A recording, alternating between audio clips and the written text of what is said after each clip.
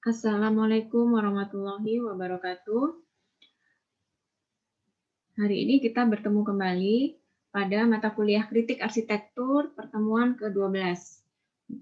Nah, materi untuk pertemuan kali ini adalah tentang kritik deskriptif. Nah, jadi di sini pengertiannya ya, apa yang dimaksud dengan kritik deskriptif? Nah, kritik merupakan kritik yang bersifat dia tidak menilai dan juga tidak menafsirkan kalau kritik ini. Nah, jadi kritik deskriptif ini hanya semata-mata membantu orang melihat suatu objek atau kasus dengan apa adanya atau yang sesungguhnya. Nah, kritik ini itu berusaha mencirikan fakta-fakta yang menyangkut suatu lingkungan tertentu. Nah, dibanding metode kritik lain, kritik deskriptif ini tampak lebih netral dan faktual karena berdasarkan fakta di lapangannya. Jadi memang di sini dia tidak menilai ya baik buruk, itu dia tidak menilai seperti itu. Jadi memang namanya deskriptif, jadi mendeskripsikan. Nah, terus mencatat fakta-fakta pengalaman seseorang terhadap bangunan atau kota. Jadi ini adalah sifat-sifatnya ya. Pertama, mencatat fakta-fakta pengalaman seseorang terhadap bangunan atau kota. Terus dia bertujuan pada kenyataan bahwa jika kita tahu apa yang sesungguhnya, maka suatu kejadian dan proses kejadiannya itu kita dapat lebih memahaminya. Jadi ketika dalam proses perancangan bangunan itu, ketika kita tahu proses kejadiannya seperti apa, maka kita akan lebih memahaminya, konsepnya, terus kenapa sih kok bentuknya seperti ini, gitu ya. Terus di sini juga lebih dipahami sebagai sebuah landasan untuk memahami bangunan melalui berbagai unsur bentuk yang ditampilkannya. Nah, dia tidak dipandang sebagai bentuk to judge or to interpret gitu ya, tidak menghakimi atau menginterpretasikan gitu. Tetapi sekedar metode untuk melihat bangunan sebagaimana apa adanya dan apa yang terjadi di dalamnya saja. Nah, jadi metode kritik ini dibandingin metode kritik yang lain tampak lebih nyata atau faktual gitu berdasarkan fakta di lapangan apa yang dilihat. Ini ada 3 metode kritik deskriptif ini. Ada depiktif, ada biografis, dan kontekstual. Nah, depictive criticism atau kritik penggambaran itu tidak dipandang sebagai sebuah kritik karena ia tidak didasarkan pada pernyataan baik atau buruk sebuah bangunan. Nah, metode ini menyatakan apa yang sesungguhnya ada dan terjadi di sana, sehingga cenderung memandang dunia sesuai dengan keterbatasan pengalaman masa lalunya. Sehingga jadi gini, yang dijabarkan itu berdasarkan apa yang ia lihat gitu, realnya di lapangan seperti apa, nah itu yang dia gambarkan. Nah, sifat dari kritik depiktif, dia tidak butuh pernyataan betul atau salah, karena penilaian dapat menjadi bias akibat pengalaman seseorang di masa lalunya. Jadi di sini dia nggak menghakimi ya bahwa ini betul atau salah. Sehingga biasanya itu orang yang menulis tentang kritik depiktif itu mengesankan sebagai seorang editor atau reporter yang menghindari penyempitan atau perluasan perhatian terhadap satu aspek bangunan agar terhindar dari pengertian kritikus sebagai interpreter atau advokat. Nah, masyarakat cenderung memandang dunia sesuai dengan keterbatasan pengalaman masa lalunya. Maka melalui perhatian yang jeli terhadap aspek tertentu bangunan dan menceritakan kepada kita apa yang telah dilihat gitu ya. Nah, di sini kritik depiktif itu menjadi salah satu metode penting untuk membangkitkan satu catatan pengalaman baru bagi seseorang gitu ya. Nah, kritik depiktif ini ada 3. Ada yang statis, ada yang dinamis, dan proses. Statis itu secara grafis, kalau dynamic itu secara verbal. Sementara proses itu secara prosedural. Untuk depiktif yang statis, ini kritik depiktif dalam aspek statis memfokuskan perhatian pada elemen bentuk, form, materials, terus texture gitu ya. Jadi ada bentuk bahan, permukaan, teksturnya itu seperti apa gitu ya. Nah, fakta yang digambarkan dari aspek fisik sebuah bangunan dapat menjadi instrumen untuk meningkatkan apresiasi kita terhadap sebuah karya arsitektur.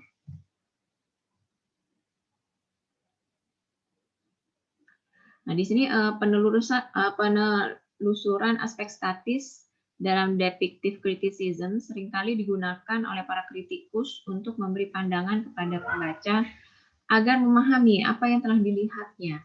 Jadi dia itu memberikan pandangan dengan tujuan agar orang yang membacanya itu bisa paham sebelum menentukan penafsiran terhadap apa yang dilihatnya sendiri. Jadi sebelum orang melakukan penafsiran sendiri, diharapkan dia bisa memahami dulu bangunannya seperti apa. Nah, yang dia gunakan di sini adalah media grafis dalam kritik deskriptif dapat yang baik merekam dan mengalihkan informasi bangunan secara nonverbal. Nah, jadi di sini penyampaiannya itu berupa dengan media grafis, dengan cara fotografi, diagram, pengukuran, terus deskripsi verbal juga gitu ya. Selanjutnya untuk depiktif yang dynamic. Jadi kalau yang di sini dia lebih kepada yaitu tadi ya fotografi, diagram, data-data sesuai dengan lapangan, foto-foto atau sketsa. Nah, tidak seperti aspek statis, aspek dinamis depiktif ini mencoba melihat bagaimana bangunan digunakan. Jadi di sini lebih mendalam lagi. Bukan dari apa bangunan ini dibuat.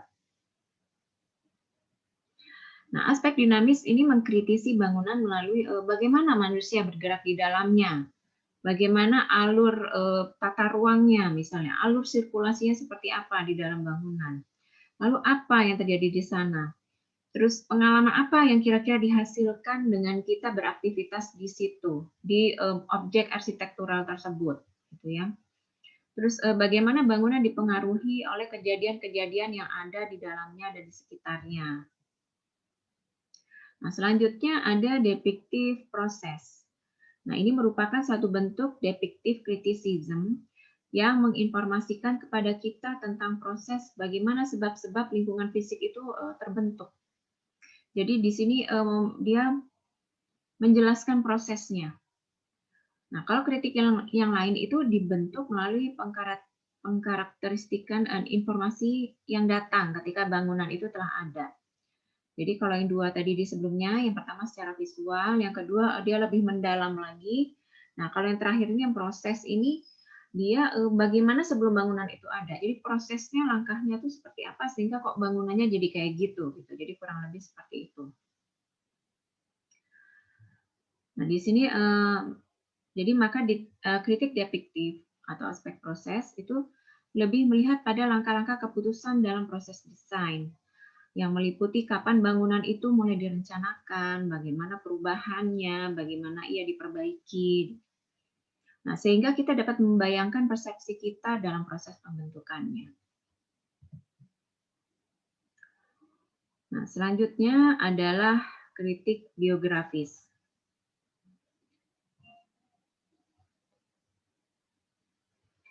Kritik biografis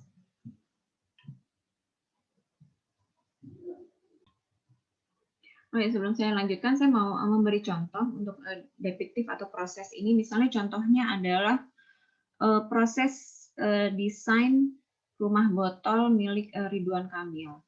Nah, kebetulan Ridwan Kamil sendirilah yang menjadi arsiteknya ya, udah pasti ya, itu rumah dia sendiri. Jadi sebenarnya pada di awal itu dia tidak merancangnya demikian, tidak langsung serta-merta merancangnya dengan langsung dengan botol gitu ya. Nah, jadi di sini ini ada proses gitu. Dia sudah membuat desainnya.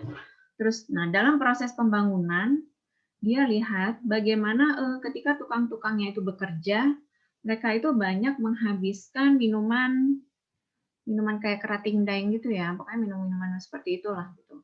Dan di mana akhirnya di area proyek rumah Ridwan Kamil tersebut banyak terdapat limbah botol minuman tersebut yang terbuat dari kaca tadi. Nah, sehingga muncullah ide untuk membuat dinding rumah menggunakan botol tersebut. Nah, jadi proses di awal itu ada. Jadi di sini kalau kita memahami itu, kita jadi bisa terbayang, oh ternyata seperti itu, ada proses yang terjadi sehingga berganti gitu desainnya. Ada apa ya? Ada revisi gitu ya dari prosesnya, dan itu bahkan prosesnya itu berlangsung ketika ketika pembangunan gitu ya. Nah, jadi itu kurang lebih seperti itu. Nah, kita lanjutkan. Kritik selanjutnya adalah kritik biografis. Nah, biografis ini saya rasa semua juga udah tahu ya, bahwa biografi itu adalah menceritakan tentang arsitek atau sang pembuat karya. Jadi menceritakan tentang perjalanan hidupnya beserta karya-karya yang sudah dia buat gitu ya.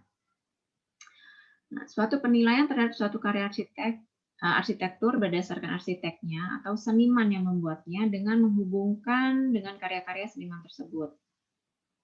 Nah, kritik yang hanya mencurahkan perhatiannya pada sang artis. Jadi di sini memang konsentrasi pada arsiteknya. Khususnya aktivitas apa saja yang telah dilakukannya. Mungkin prosesnya sehingga dia bisa membuat beberapa karya yang fenomenal gitu ya. Apa yang terjadi pada hidupnya. Nah, itu jadi kita lebih konsentrasi ke sana.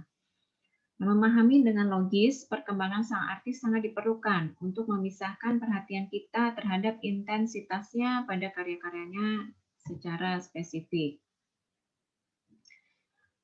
Sejak Renaissance telah ada sebagian perhatian pada kehidupan pribadi sang artis atau arsitek, dan perhatian yang terkait pada kejadian-kejadian dalam kehidupannya dalam memproduksi karya atau bangunan, menunjukkan berbagai fakta mengenal pembuat bangunannya, dan ini untuk menghindari penafsiran-penafsiran tertentu gitu ya.